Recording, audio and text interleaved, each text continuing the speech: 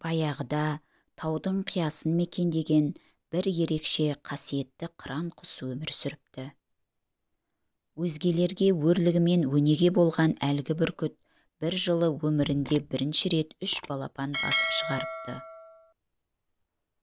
Балапандардың қанаты қатайып, ұясынан ұшып шығуына аз уақыт қалғанда, бүркіт 3 балапанын уысына қысып, теңіз төсіне алып шығыпты. Ұшып келе жатқан ол, өзіндік өмірге қанат қаққалы тұрған балапандарынан соңғы рет сынақ алып, былай деп сұрапты. Қанаттыға қақтырмай, тұмсықтыға шоқтырмай, мәпелеп бағып қаққанымды жақсы білесіңдер. Ертең өскесін, осының өтеуі ретінде маған қандай жақсылық жасайсыңдар? Біріншісі айтыпты: анашым, сенің ақ сүтіңді ақтау үшін қолымнан келгенін барлығын жасаймын. Мен сені өмір бойы қанатыма арқалап алып жүремін. Дүниенің 4 бұрышын аралатам. Таңғажайып тамашаларды көретін боласың, депті. Сонда бүркіт басын шайқап, уысындағы балапанын теңізге тастап жіберіпті.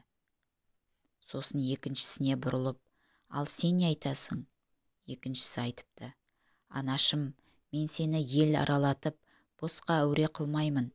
Ғаламның барлық кереметін алдыңа келіп беремін.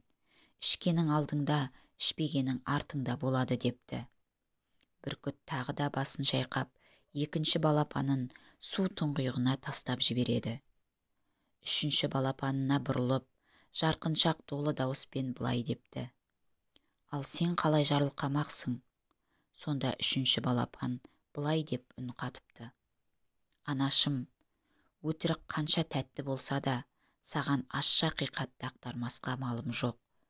Маған жасаған жақсылығыңның шеті де, шегі де жоқ екенін, оны өтеуге бүкіл ғұмырымды арнасам да жетпейтінін жақсы білемін. Дегенмен, менің өмірім сені әлемді аралатуға да, сан түрлі ғаламаттарды алдыңа алып келуге де арналмайтынын айтқым келеді. Мен сенің маған жасаған жақсылықтарыңды өз балаларыма жасау үшін өмір сүретін боламын. Кәрі бүркіт сонда ғана көкірек кере терең дем алып, біздің әулет аманатын алға апарар, қыран деген атқа лайық болалар ұрпақ туылғанына көзім енді жетті деген екен.